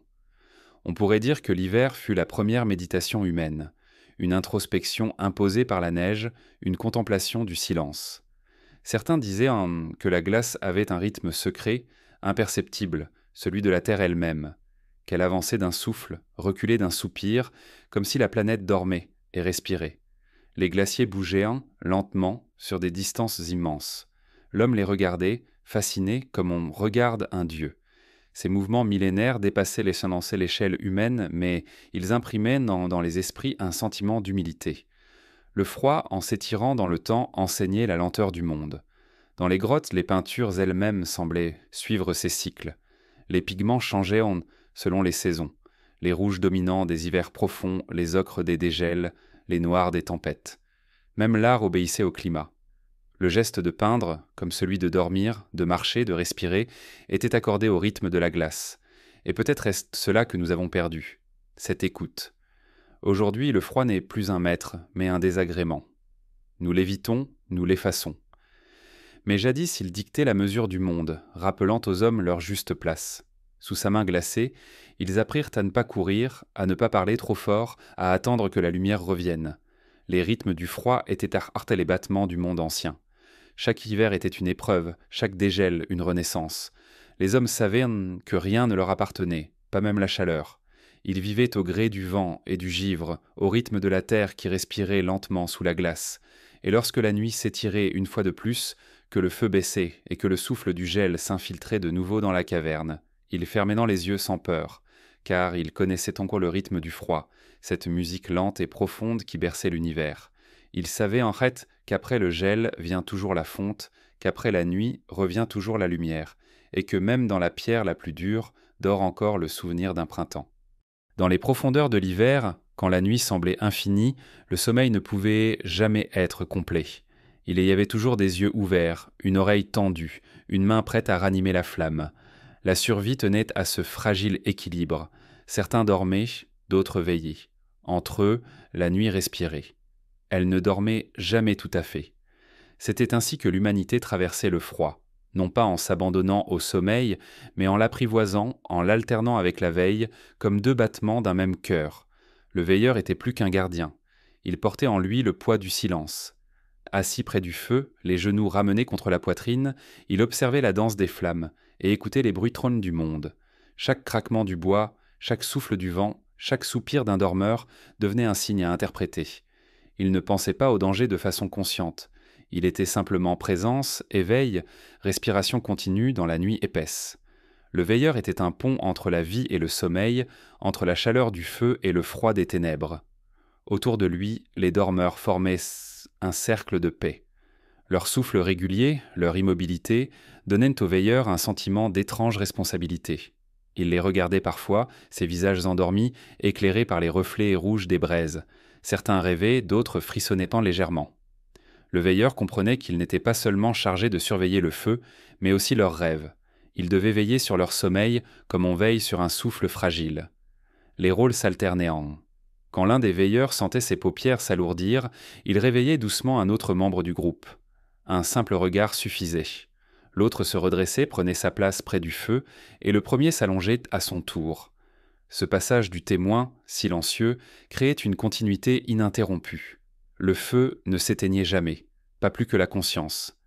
Même dans la nuit la plus longue, il y avait toujours quelqu'un pour tenir le fil de la vie. Ce système d'alternance faisait du sommeil un acte collectif. On ne dormait jamais seul, ni tout à fait ensemble. Chaque membre du groupe portait une part du repos des autres. Le sommeil devenait un partage, un accord tacite entre la confiance et la vigilance. Les enfants placés au centre dormaient le plus profondément. Les anciens dormaient par fragments entrecoupés de courtes veilles. Les chasseurs, eux, apprenaient à se réveiller au moindre bruit, leur instinct toujours prêt à se tendre comme un arc. La veille n'était pas seulement fonctionnelle, elle était presque spirituelle. Certains disaient l'Inde que la nuit parlait, que le vent murmurait des histoires, que le feu avait des voix. Le veilleur, immobile, les écoutait. Il savait reconnaître le cri lointain d'un loup, le craquement d'une branche sous la neige, le bruit sourd d'un glacier qui se fend. Il percevait la respiration du monde. Ce savoir n'était pas appris, mais vécu. En veillant, l'homme entrait dans un état entre la pensée et le rêve, entre l'action et la contemplation.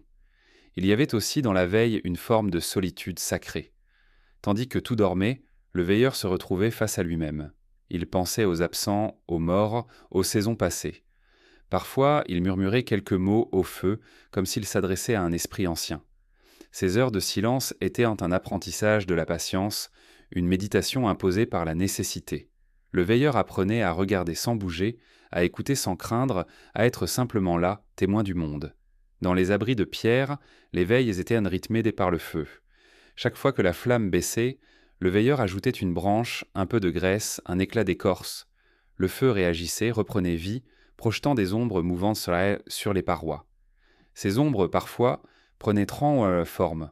On y voyait des silhouettes de bisons, des visages, des esprits. Le veilleur ne savait plus s'il rêvait ou s'il voyait. Le feu, compagnon fidèle, devenait le miroir de ses pensées. Dehors, le froid observait. Il attendait le moindre relâchement. Un instant de distraction, une flamme oubliée, et le gel s'infiltrait. Le veilleur le savait. Il sentait sur sa peau cette présence invisible, cette pression constante. Le froid ne dormait jamais. Il se tenait juste au-delà du cercle de lumière, comme une bête tapie dans l'obscurité. Cela donnait à la veille une intensité presque mystique. C'était une lutte silencieuse contre l'infini. Mais le veilleur n'était pas seul. Les étoiles, immobiles dans le ciel clair, semblaient y veiller aussi. Elles traçaient comme ça des lignes que les anciens savaient en lire. Le mouvement des constellations marquait le passage du temps. Le veilleur, en levant les yeux, sentait qu'il faisait partie de quelque chose de plus grand que la survie. La nuit devenait un livre ouvert, et le feu, une lampe pour en déchiffrer les pages. Parfois, les animaux veillaient eux aussi. Les chiens, couchés à la lisière du feu, relevèrent la tête au moindre bruit. Leurs oreilles vibraient, leurs yeux luisaient dans la pénombre. Eux aussi faisaient en partie du cercle de veille. Il y avait une fraternité silencieuse entre l'homme et l'animal dans ces heures d'attente. Tous deux partageaient sur le même instinct, protéger, entendre avant de voir, survivre sans effroi. Le matin, quand le ciel pâlissait, le veilleur le plus récent observait la lente métamorphose du monde. Le froid se retirait un peu, la lumière glissait sur la neige, les dormeurs bougeaient dans leur cocon de peau. Ce moment était à la fois fragile et solennel. Il signifiait la victoire d'une nuit de plus, la continuité du souffle humain à travers les âges. Le veilleur fatigué souriait parfois avant de s'allonger à son tour. La terre semblait de respirer avec lui. Les archéologues, en fouillant les abris anciens, ont retrouvé des traces de cette alternance. Des restes de foyers encore chauds, des cendres superposées, des ossements placés autour des feux, en cercle parfait. Tout indique que ces nuits n'étaient jamais entièrement plongées dans le sommeil. L'homme a toujours laissé une part de lui éveillée, par prudence ou par instinct. Cette habitude du guet a peut-être façonné notre esprit. Même aujourd'hui, dans nos maisons chauffées, une part de nous reste vigilante pendant le sommeil. Le moindre bruit nous réveille, le moindre mouvement d'ombre nous alerte. C'est l'écho du veilleur ancien, celui qui, dans les grottes, gardait le feu pendant que les autres rêvaient. Nous portons encore en nous cette dualité. Le dormeur et le veilleur, le rêve et la conscience. La veille, dans le froid, était une forme d'amour. Rester éveillé pour que les autres dorment, veiller sur la flamme, sur les enfants, sur le feu intérieur. C'était un acte silencieux mais immense. Chaque nuit, ce don se renouvelait, créant une chaîne invisible de gardiens à travers le temps. Il y avait des nuits plus longues, où la fatigue rendait la veille presque insupportable. Les yeux se fermaient d'eux-mêmes, la tête tombait, et dans un sursaut, on se réveillait. Alors on plongeait la main dans la neige pour se rafraîchir, on remuait les braises, on écoutait le vent pour ne pas sombrer. Ce combat contre le sommeil était aussi une manière de se sentir vivant. Dans le froid, rester éveillé signifiait exister. Les veilleurs et les dormeurs formaient un seul être, partagé entre deux mondes. L'un gardait la lumière, l'autre gardait le rêve. Ensemble, ils tissèrent la continuité du clan. Sans veille, le feu s'éteignait. Sans sommeil, la raison vacillait. Les deux étaient nécessaires, inséparables. C'était une respiration à deux temps. L'un inspire, l'autre expire, et le monde tient debout. Et lorsque plus tard, les premiers villages apparurent, lorsque les maisons remplacèrent dans les tentes, cette alternance ne disparut pas. Elle se transforma. Les mères veillaient sur les enfants, les vieillards sur le foyer, les bergers sur les troupeaux. Le rôle du veilleur devint une métaphore, celui qui garde la flamme du savoir, celui qui préserve la mémoire. Dans la nuit de l'âge de glace, le feu ne dormait jamais seul. Toujours un regard humain suivait son souffle, un cœur battait à son rythme, et peut-être est-ce cette vigilance partagée qui permit à l'humanité de durer. Car veiller, c'est aimer le monde, assez pour le protéger, même quand tout dort autour. Les veilleurs et les dormeurs vivaient ainsi, entre deux souffles, entre deux mondes. Et chaque aube, quand le jour revenait, ils se rappelaient que le sommeil n'était jamais une fuite, mais un passage, un voyage confié à ceux qui restaient éveillés. Dans les immensités glacées de l'âge de glace, le silence n'était pas une absence. Il était une matière, une présence épaisse, presque vivante. Il recouvrait la terre, s'infiltrait dans les cavernes, s'enroulait autour des hommes comme une couverture invisible. Ce n'était pas le calme paisible des soirs modernes, mais un silence brut, total, dans lequel chaque son, même le plus léger, devenait un événement. Le craquement d'un os, le souffle d'un feu, le battement d'un cœur, tout prenait une résonance d'éternité. Les hommes, d'abord, avaient peur de ce silence. Ils le sentaient peser sur eux, comme si le monde entier retenait sa respiration. Dans la nuit blanche, le moindre bruit paraissait immense. Une branche qui tombait devenait un tonnerre, un souffle de vent une menace. Le silence du froid n'était pas vide. Il était plein de choses invisibles, d'attente, de présence. L'homme se tenait là, minuscule, entre la glace et le ciel, et il comprenait qu'il vivait dans un monde plus grand que lui. Mais peu à peu, ce silence devint un allié. Les chasseurs apprirent à l'écouter. Ils comprirent qu'en lui, il y avait des signes. La direction d'un animal, l'approche d'une tempête, le souffle d'une grotte cachée sous la neige. Dans l'absence de bruit, tout ce qui bougeait devenait lisible. Le silence devint une école d'attention. L'homme cessa de le craindre. Il s'y glisse comme on entre dans une auréole calme. Dans les abris, la nuit, on parlait peu. Les mots gaspillaient la chaleur et troublaient le feu. Le silence tenait lieu de langage. Un regard suffisait, un geste, un souffle. On savait ce que l'autre pensait sans qu'il le dise. Le silence reliait plus sûrement que la parole. Il enveloppait le groupe d'une sorte d'accord tacite, une respiration commune. Dans le froid, parler était un luxe, se taire, un instinct. Les enfants apprenaient en ce langage avant les mots. Ils observaient dans leurs parents, leurs gestes, leurs yeux. Ils comprenaient en les messages muets, une main levée, une tête penchée, un souffle suspendu. Le silence éduquait, adoucissait, rendait attentif. Il formait des esprits qui savaient lire le monde avant de le nommer. Et dans ce monde de pierre et de vent, nommer trop vite aurait été une erreur. Le silence laissait le temps de comprendre. Il y avait aussi un autre silence, plus profond encore, celui du sommeil. Quand le feu faiblissait et que le vent se calmait, le camp tout entier se mettait à respirer doucement. Le silence entrait alors dans les corps. Il s'étendait à travers les dormeurs, les reliant dans une paix rare. Ce silence n'était pas vide, il battait au rythme du souffle collectif. C'était le silence de la confiance, celui qui naît quand plus rien ne menace, quand la vigilance peut enfin se replier. Dans certaines grottes, ce silence prenait une forme presque sacrée. Les parois absorbaient fort les sons, étouffaient point les bruits. À l'intérieur, tout devenait lointain. On n'entendait plus que le feu, le goutte à goutte de l'eau, parfois un soupir. Ce silence dense enveloppait les hommes comme une peau. Il les isolait du monde extérieur, les plaçait hors du temps. Dans ces lieux, on pouvait sentir le passage des millénaires. Le silence y était une mémoire. Les anciens disaient que le silence avait une voix. Pas celle qu'on entend, mais celle qu'on ressent dans la poitrine, quand tout se fige autour de soi. Ils y percevaient la parole des esprits, le murmure de la terre endormie. Parfois, au cœur de l'hiver, certains sortaient bien des abris et restaient longtemps immobiles, face à l'horizon. Ils écoutaient pas le vide. Le vent passait à peine. Le monde semblait suspendu. Et dans cet instant, ils disaient entendre la terre respirer. Lentement, profondément, comme un être vivant. Dans ce silence, la peur trouvait sa limite. Car écouter, c'était aussi comprendre que l'on n'était pas seul. Derrière le calme apparent, il y avait toujours quelque chose, le mouvement de la neige, le chant des pierres, le battement lointain d'un troupeau. Le silence, en vérité, n'était jamais complet. Il était la toile sur laquelle la vie inscrivait ses traces. En l'écoutant, l'homme découvrait la mesure du monde. Le silence protégeait aussi. Dans les tempêtes, il n'y en avait plus. Le vent hurlait, la neige battait, le feu criait. Alors, quand la paix revenait, on la chérissait. On laissait le silence retomber comme une bénédiction. C'était le signe que le danger était passé. Le silence devenait un abri invisible, plus sûr que les peaux ou les pierres. Sous sa voûte, le corps se détendait, le cœur ralentissait, la pensée s'ouvrait. On dormait mieux dans le silence que dans la chaleur, car il apaisait la peur. Les bruits, eux, rappelaient toujours la menace. Le vent pouvait cacher un cri, un craquement pouvait annoncer un prédateur. Mais le vrai silence, celui qui venait après la tourmente, contenait la promesse de sécurité.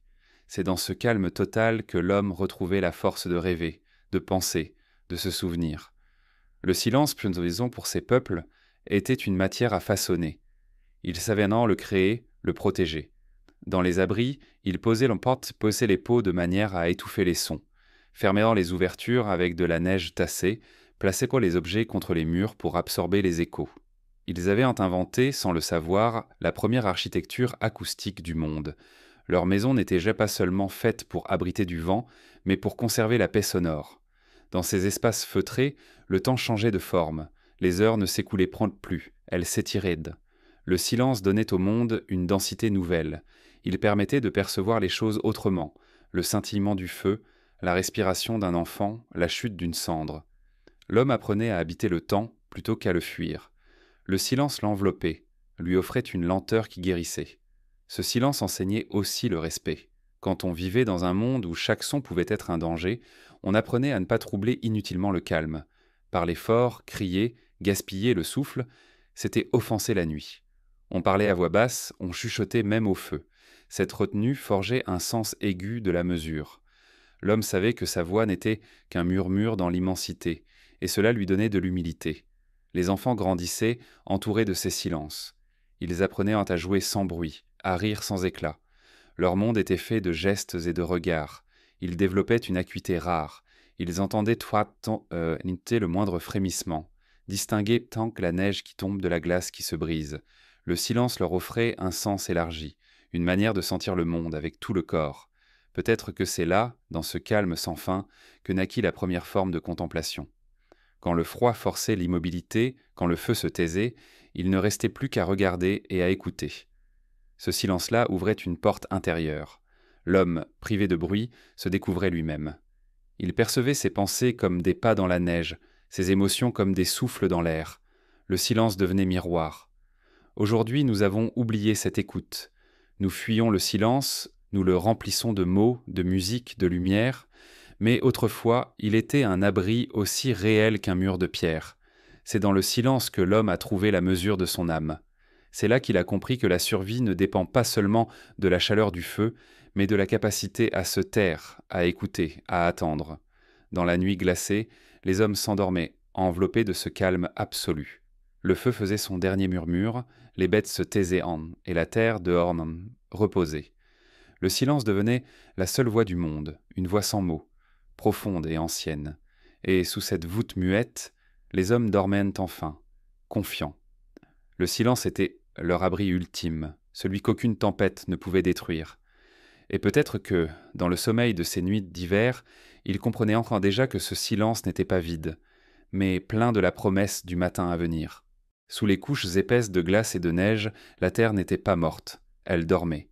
On l'imaginait immobile, figée pour l'éternité, mais les hommes de l'âge de glace savaient en donc qu'elle respirait. Ils l'entendaient parfois dans les craquements des glaciers, dans le souffle chaud qui s'échappait de certaines cavernes, dans la brume qui montait du sol au matin. La terre, disait Antil, avait un souffle lent, plus lent que celui de l'homme, mais assez fort pour faire battre le monde. Ce souffle, ils l'apprenaient à reconnaître. Le froid n'était jamais uniforme. Il y avait des lieux où la glace semblait reculer, où la chaleur s'attardait mystérieusement. Des fissures dans la roche, des sources souterraines, des pierres encore tièdes même au cœur de l'hiver. Ces endroits étaient sacrés. On les cherchait, on les transmettait comme des secrets. Ils éteintent les poumons du monde, les preuves que la vie n'avait pas disparu, qu'elle se cachait simplement sous la surface. Dans les grottes, la respiration de la terre se faisait plus claire. Les gouttes d'eau qui tombaient des stalactites, régulières, formaient une sorte de battement. Les murs humides mortageassants dégageaient une chaleur douce. Parfois, un léger courant d'air passait, comme un soupir profond. Les hommes s'y installaient tard pour la nuit, conscients que ces lieux leur offraient plus que de la protection. Ils leur rappelaient qu'ils n'étaient et pas seuls. La terre, silencieuse et immense, veillait sur eux. Le feu, allumé au creux des cavernes, révélait ce souffle invisible. La fumée montait lentement vers les fissures, dessinant dans l'air les chemins cachés de la pierre. Les flammes, parfois, vacillaient sans raison, comme si un vent souterrain passait à travers elles. Les veilleurs observaient cela sans étonnement. Ils disaient que la terre bougeait, qu'elle respirait sous eux et qu'il fallait dormir à son rythme. Ce respect instinctif, né de l'écoute et du froid, liait les hommes au sol d'une manière que nous avons oubliée. Certains endroits étaient plus vivants que d'autres. Dans les vallées trop profondes, la neige fondait plus vite, laissant apparaître des mousses vertes, des lichens, parfois même un filet d'eau. On y venait pour boire, pour se laver, pour sentir encore la chaleur du monde. Ces lieux étaient rares et précieux. On y chuchotait, comme dans un sanctuaire. Les enfants y apprenaient que la terre n'était pas seulement un sol à fouler, mais une peau à caresser, un corps vivant dont dépendait tout ce qui respirait. Les hommes utilisaient cette respiration à leur avantage. Ils creusaient parfois de petites fosses dans le sol, les remplissaient de braise et les couvraient de terre. La chaleur s'y conservait, pendant des heures, parfois des jours. Le sol devenait tiède, presque accueillant. On s'y allongeait, on y dormait. Ce feu enfoui, invisible, imitait la chaleur naturelle de la terre. C'était un feu caché, un souffle contenu, et dans ce contact direct avec le sol, l'homme sentait quelque chose d'ancien, d'apaisant. Le cœur du monde battait sous son corps. Les pierres aussi semblaient respirer.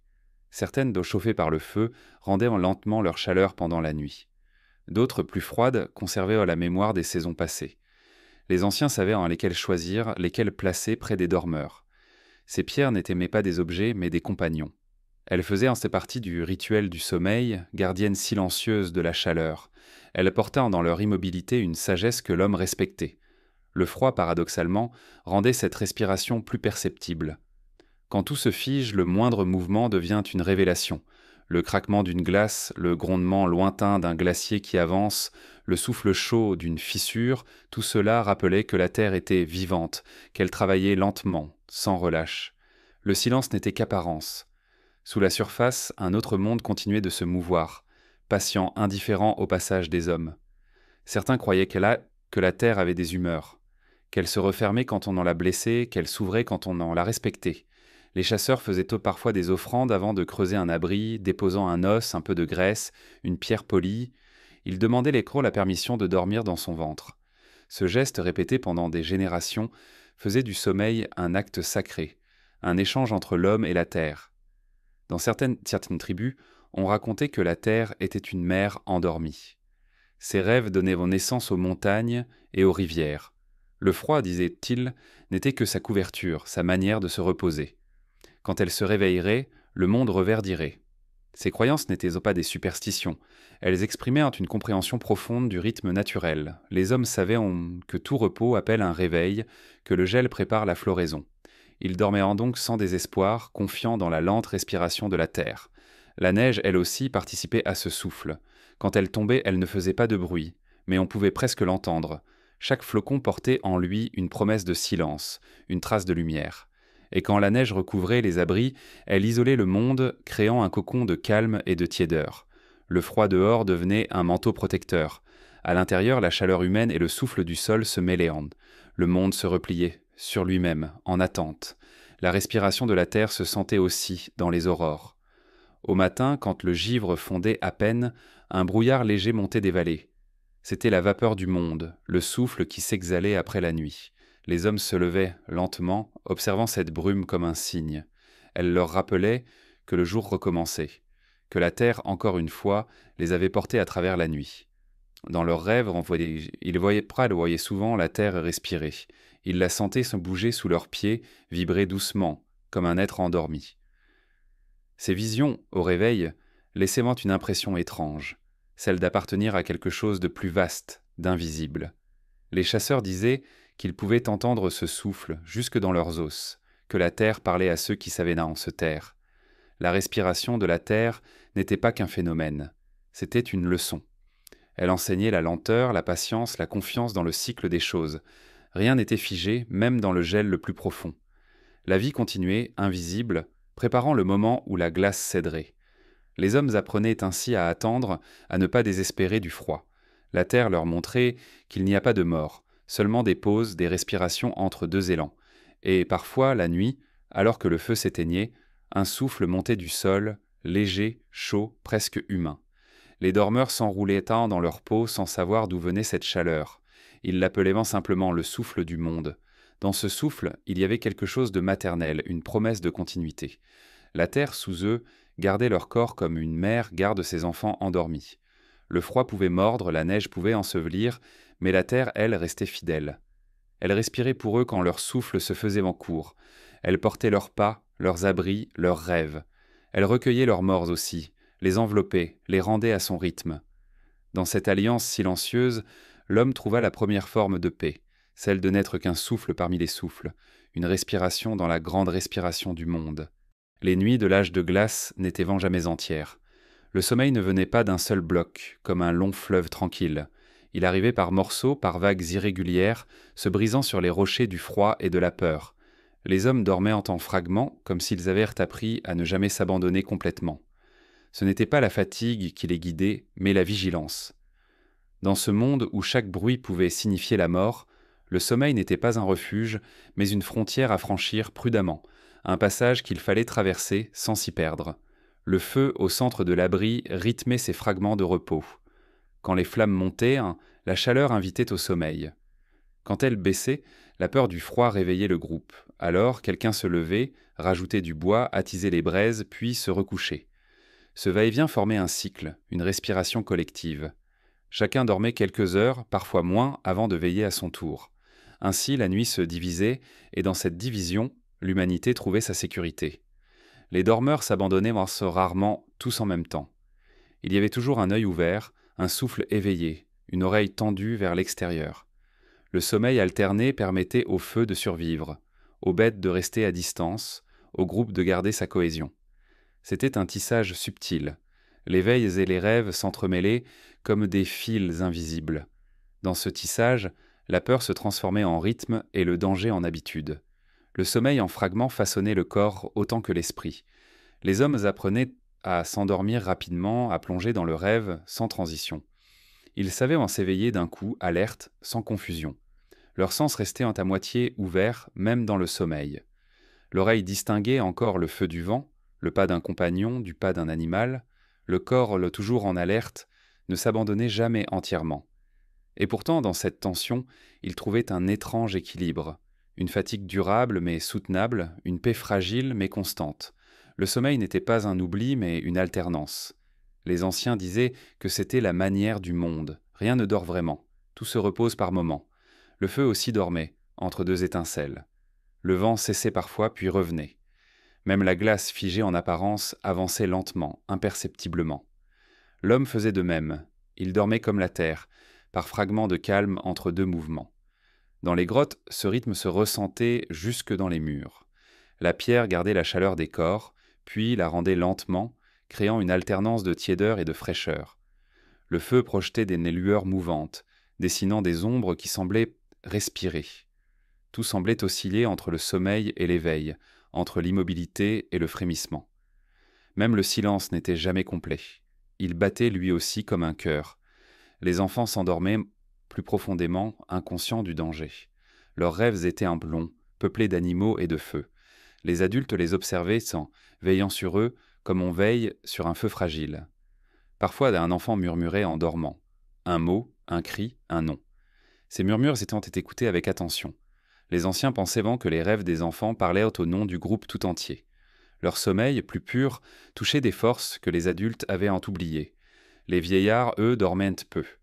Leur sommeil était fait de courtes plongées, d'aller-retour entre la veille et le rêve. Ils restaient souvent éveillés au coin du feu, comme si leur corps, déjà plus proche de la terre, n'avait plus besoin de longues nuits. Ils écoutaient le vent, surveillaient en soi les braises, murmuraient des souvenirs. Leur veille, ce n'était pas un devoir, mais une habitude du cœur. Ils étaient les gardiens du temps, ceux qui maintenaient pour la continuité entre les générations. Dans cette alternance de sommeil et de veille, la mémoire se transmettait. Pendant les heures de repos léger, les anciens parlaient à voix basse, racontant aux enfants endormis les histoires du clan, les lieux, les saisons passées. Ces paroles flottèrent dans la caverne, se mêlaient au souffle du feu. Les enfants ne répondaient pas, mais leurs esprits, demi-éveillés, les écoutaient en non. Ainsi la mémoire se glissait dans le sommeil, s'y inscrivait doucement. Le rêve devenait un livre ouvert, où les voix des vivants rejoignaient celles des morts. Le froid, lui aussi, imposait ses fragments. Par moments, une rafale pénétrait par une fissure, réclamant un réveil immédiat. On resserrait les peaux, on se rapprochait les uns des autres, puis on replongeait dans la torpeur. Ces micro-éveils rythmaient la nuit. Ils empêchaient l'apte et l'oubli, rappelaient la présence du monde. Chaque nuit était une succession de petites morts et de renaissances. Le sommeil n'était plus une chute, mais une oscillation. Le corps s'adapta à ce cycle. Les muscles apprirent à se détendre par fractions, le cœur à ralentir sans faiblir, le souffle à se synchroniser avec celui du groupe. Ce sommeil fractionné devint une seconde nature, une manière d'exister dans un monde où la vigilance valait la vie. Ce n'était pas une contrainte, mais une forme de sagesse. Dormir trop profondément aurait été une erreur. Dormir par morceaux, c'était écouter le monde même en rêvant. Il existait dans ce rythme une beauté particulière. Le sommeil n'était pas coupé, mais respiré. On s'endormait, on se réveillait, on se rendormait, comme les vagues qui vont et viennent sur une rive. Entre deux sommeils, on regardait le feu, on observait la neige, on écoutait un animal passer au loin. Ces instants d'entre-deux avaient leur douceur. Le monde semblait plus proche, plus tangible. L'homme, dans ces moments, ne faisait plus qu'un avec la nuit. Le sommeil, en fragments, forgeait une relation intime avec le temps. Il n'y avait plus de frontières nettes entre le jour et la nuit, entre l'éveil et le rêve. Tout se mêlait. On pouvait rêver en marchant, penser en dormant. La conscience s'étirait, fluide à travers ces changements d'état. Peut-être que c'est dans ce flou que naquit la pensée symbolique, la première forme de méditation. L'homme apprit à habiter plusieurs mondes à la fois, celui de la glace et celui des songes. Quand venait l'aube, le réveil n'était pas brutal. Le groupe se redressait lentement. Le feu fumait encore, la lumière pâle filtrait entre les peaux. Les dormeurs s'étiraient, se frottaient les yeux, mais il n'y avait pas de rupture entre la nuit et le matin. On continuait à vivre comme on avait dormi, par fragments, par reprises. La journée reprenait le même rythme que la nuit, ponctuée de gestes, de silences, de pauses. Aujourd'hui encore, le corps humain garde la trace de cette habitude ancienne. Nos cycles de sommeil, nos éveils nocturnes, nos moments d'insomnie ne sont pas des erreurs mais des vestiges. Nous portons encore en nous la mémoire de ces nuits fragmentées, de cette alternance millénaire entre le repos et la vigilance. Le monde moderne, avec ses horloges, a voulu imposer un sommeil continu, linéaire. Mais notre chair, elle, se souvient des ruptures, des veilles, des souffles du feu. Le sommeil en fragments n'était pas une faiblesse, c'était une manière d'habiter la nuit. Les hommes dormaient comme ils vivaient, prudemment, avec gratitude. Chaque court repos était une victoire, chaque rêve une respiration arrachée au froid. Et dans cette succession de sommeil et de veille, l'humanité forgea quelque chose d'essentiel, la capacité à survivre sans s'endormir entièrement, à rester éveillé au cœur même du sommeil. Le feu, le vent, le souffle des bêtes, les craquements de la terre, tout faisait partie de cette symphonie nocturne. Les hommes y trouvaient entièrement leur place, leur rythme, leurs fragments. Ils dormaient sans se perdre, rêvaient en s'enfuir, veillaient sans désespoir. Et quand la lumière du matin revenait, c'était toujours avec cette impression étrange que le monde, lui aussi, avait dormi par morceaux en attendant leur réveil. Dans la lenteur glacée des millénaires, ce sommeil fragmenté forgea une conscience, celle que la vie n'est jamais un tout, mais une suite de fragments reliés par la mémoire. Et c'est peut-être dans ces morceaux de nuit que l'humanité apprit pour la première fois à se rêver elle-même. Il y avait des nuits où la lumière vacillait, puis s'éteignait sans un mot. Le feu, d'habitude fidèle et patient, cessait de respirer. Il laissait derrière lui une trace de fumée, un goût de cendre et une obscurité plus dense que toutes les autres. Alors, le froid entrait. Pas brutalement, il se glissait d'abord comme une brume, discret, insidieux, avant de s'étendre sur les corps endormis. Il s'introduisait entre les peaux, s'enroulait autour des membres, puis s'installait. Quand le feu mourait, la nuit redevenait entière, immense, presque consciente d'elle-même. Les hommes se réveillaient lentement, parfois sans savoir pourquoi. Ce n'était pas le bruit, mais une absence, l'absence du crépitement familier, de la respiration chaude qui emplissait d'ordinaire la caverne. Le silence du feu était un vide qui tirait les âmes hors du sommeil. On se redressait, on cherchait à tâtons la lueur qui n'existait plus. Et dans ce noir total, un frisson traversait le groupe, un frisson ancien, né du souvenir de la mort. Le froid, quand il reprenait sa place, n'était pas seulement une sensation, c'était une présence. Il avait une manière d'occuper l'espace, d'imposer son autorité. Les flammes, tant qu'elles brûlaient, dressèrent une barrière invisible contre lui. Mais sans elles, il redevenait le maître du monde. Les hommes le sentaient venir comme on sent un regard. Le froid observait, s'approchait, reprenait tout ce qui lui appartenait. Dans l'obscurité, on cherchait à ranimer le feu. Les mains tremblantes, tâtonnaient parmi les braises, soufflaient, frottaient les pierres, cherchaient les étincelles. Parfois, s'il suffisait d'un peu de graisse, d'un souffle juste, d'un éclat d'écorce. D'autres fois, rien ne répondait. Alors, il fallait attendre le matin, quand la lumière du ciel permettait de retrouver le bois, le silex, la force. Entre-temps, on se serrait les uns contre les autres, murmurant dans le noir pour conjurer la peur. Le feu absent devenait un dieu endormi qu'on suppliait de revenir.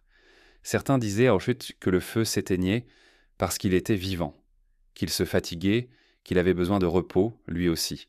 On le traitait avec respect, presque avec tendresse. On lui parlait à voix basse, on lui offrait parfois un peu de graisse ou de viande avant de s'endormir, comme une offrande. Mais parfois, malgré ses attentions, il mourait quand même, sans prévenir. Dans ces nuits-là, le monde semblait se retirer. Même le vent se taisait, comme si tout retenait son souffle. Le froid n'était pas seulement une menace extérieure, il entrait dans les pensées. Il gelait les idées, ralentissait le temps. Les mots devenaient non plus lents, la mémoire plus floue. Le froid avait ce pouvoir étrange, il faisait taire l'esprit avant le corps. C'est pour cela que le feu était si précieux. Il ne chauffait pas seulement la peau, mais la pensée. Quand il s'éteignait, les hommes sentaient en leur esprit s'éteindre avec lui, petit à petit, comme une flamme intérieure qu'on étouffe. Mais il y avait aussi des nuits où cette absence devenait une révélation. Quand le feu mourait, la caverne redevenait pure, primitive. On y retrouvait le vrai visage du monde, l'obscurité totale, la respiration des bêtes, le craquement du givre. Le noir n'était plus un ennemi, mais un retour. Les anciens disaient qu'il fallait parfois laisser le feu s'éteindre pour se souvenir de ce qu'il protégeait. Car sans le froid, on ne mesurait pas la chaleur, sans l'ombre, on ne voyait pas la lumière. Dans ces heures où la flamme manquait, les hommes se couvraient d'entrain de toute leur peau, s'enfouissaient tentes les uns contre les autres, cherchant la chaleur du vivant. Le souffle collectif remplaçait celui du feu. Les corps devenaient en des braises silencieuses, et la caverne une poitrine qui respirait. Dans le noir absolu, ils écoutaient pas leur cœur battre. Ce son à peine perceptible les rassurait. Ils disaient que la vie tenait encore, fragile mais tenace. Le matin, lorsque le premier rayon de lumière filtrait à travers l'entrée, on se redressait avec lenteur. Les visages étaient pâles, les mains engourdies. On rallumait le feu comme on réveillerait un enfant. Les premières flammes étaient toujours silencieuses. Puis, peu à peu, elles reprenaient leur souffle, crépitant, dansant, redonnant à la caverne son cœur battant. Ce moment avait quelque chose de sacré. La renaissance du feu était la renaissance du monde. Les anciens voyaient en annonçant dans chaque extinction une leçon. Ils disaient que le feu devait parfois mourir pour rappeler sa valeur, que la chaleur ne pouvait être comprise qu'après la morsure du froid. C'était une forme de mémoire inscrite dans les nuits. Chaque fois qu'une flamme mourait, on se souvenait du temps d'avant, celui où il n'y avait rien, que la glace et la peur. Le feu, dans sa fragilité, enseignait l'humilité. Les enfants, eux, redoutaient en ces nuits sans flamme. Ils tremblaient en et sous les peaux, cherchant la lumière absente. Les mères leur racontaient alors des histoires. Elles parlaient des points de l'esprit du feu, voyageurs fatigués qui s'endormaient parfois pour rêver le monde. « Il reviendra au matin », disait Antel, « car sans lui, la terre ne saurait plus chanter. » Ces mots bercèrent les enfants jusqu'au sommeil, et dans leurs rêves, ils voyaient le feu revenir, porté par la lumière de l'aube. Le froid, pourtant, n'était pas toujours cruel. Il avait sa beauté. Quand le feu s'éteignait, on voyait les étoiles, avec une netteté incroyable. Le ciel semblait si proche qu'on aurait pu y plonger les mains. Les constellations brillaient comme des braises suspendues au-dessus du monde. Le froid révélait l'immensité, la pureté, le mystère. Le silence devenait une prière. Le feu éteint, le ciel s'ouvrait. Mais la peur revenait vite, car l'homme savait que le froid ne pardonnait pas. Il rampait dans le sang, il endormait les doigts, il prenait les souffles un à un. L'homme devait lutter pour garder le mouvement, frotter ses bras, souffler sur ses mains, chanter parfois à voix basse pour ne pas s'endormir. Ceux qui fermaient les yeux trop longtemps risquaient de ne jamais les rouvrir. Le feu manquant faisait du sommeil un piège. Le réveil du feu devenait alors un acte de salut. Quand la première étincelle jaillissait, tout le groupe retenait son souffle. Les yeux s'illuminaient, une flamme minuscule suffisait à faire battre le cœur plus vite. Elle grandissait lentement, léchant le bois, éclairant les visages. Et soudain la caverne reprenait forme. Les pierres, les pots, les outils, les corps. Le monde redevenait visible, tangible, humain. Ces nuisseaux sans feu laissaient une trace dans la mémoire. Elles rappelèrent à chacun la fragilité de la chaleur, la précarité de la vie. Elles enseignaient la gratitude. Chaque fois que le feu renaissait, on le regardait un peu différemment, non plus comme un simple outil, mais comme un miracle. Le froid avait sa part dans ce miracle. Sans lui, l'homme aurait oublié ce qu'il devait au feu. Et peut-être que, d'une certaine façon, le froid lui-même veillait sur eux. Il testait leur vigilance, leur courage, leur foi dans la lumière. Il leur rappelait que le feu n'était pas un bien acquis, mais un prêt accordé par le monde. Dans cette relation de perte et de renaissance, l'homme apprenait la valeur du fragile, la beauté du recommencement. Aujourd'hui encore, quand la flamme d'une bougie tremble, quand la lumière d'un foyer faiblit, quelque chose en nous se souvient. Ce petit frisson, cette inquiétude viennent de là, des temps où le feu pouvait mourir, et avec lui la vie entière. Nous portons encore dans notre chair cette peur ancienne, mais aussi cette foi inébranlable, que la lumière reviendra toujours, même après la nuit la plus froide. Dans les cavernes de l'âge de glace, quand le feu s'éteignait, les hommes fermaient les yeux et attendaient. Ils n'avaient pas peur du noir, car ils savaient que le feu, quelque part, dormait encore dans la pierre, dans le souffle dans leurs mains. Et lorsque la flamme renaissait, c'était le monde lui-même qui reprenait sa respiration. Le feu s'éteignait, oui, mais jamais pour toujours. La glace s'en est allée depuis longtemps, mais elle n'a pas disparu. Elle dort encore, cachée dans nos os, dans nos gestes, dans la lenteur du sommeil. Elle est devenue invisible, mais elle respire à travers nous comme un souvenir enfoui sous la peau. Le monde moderne l'a oubliée, mais le corps, lui, s'en souvient. Car la glace n'était pas seulement un climat, elle était une manière d'exister, une école de silence et de patience, une mémoire profonde qui ne fond jamais tout à fait. La mémoire du gel n'est pas faite d'images, mais de sensations.